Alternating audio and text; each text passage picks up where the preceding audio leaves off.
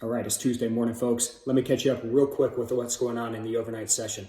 Seeing some strength in the U.S. markets across the board, up 1% off the back of yesterday where we saw some strength in the market. And really, this is the result of some of the positive news that we have coming out around economies opening back up from the current pandemic that we've been under lockdown in for the better part of 45 plus days. So that good news is benefiting these markets. It has them moving to the upside. Action remains and the volatility remains in that oil market. 5 straight days of gains. Last night, another 10% higher.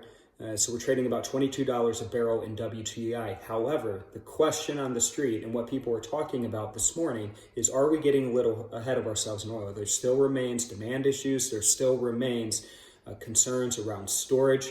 We have that June contract expiring on May 19th, so not too far away.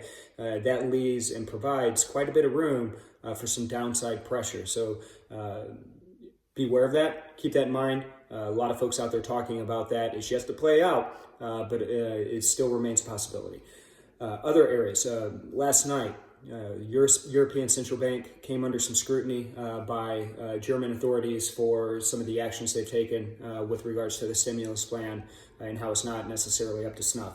That's putting some pressure on the euro, put a little bit of pressure on the European markets.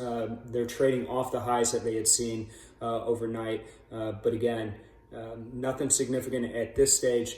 Something else you need to be aware of and keep an eye on. I know they're coming out later today, the ECB is, with another press conference attempting to answer some of the concerns that German authorities had put forward.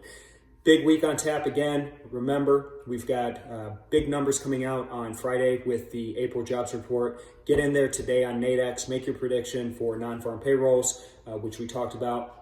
20 million jobs lost is the consensus, and then the unemployment rate. Right now, Nadex platform pricing in roughly a 90% probability that that unemployment rate is higher than 12%. Again, Friday, 8:30 a.m. Eastern time. I'll check in again tomorrow. Check in with us on Twitter and Facebook today for updates. Everybody have a great trading day.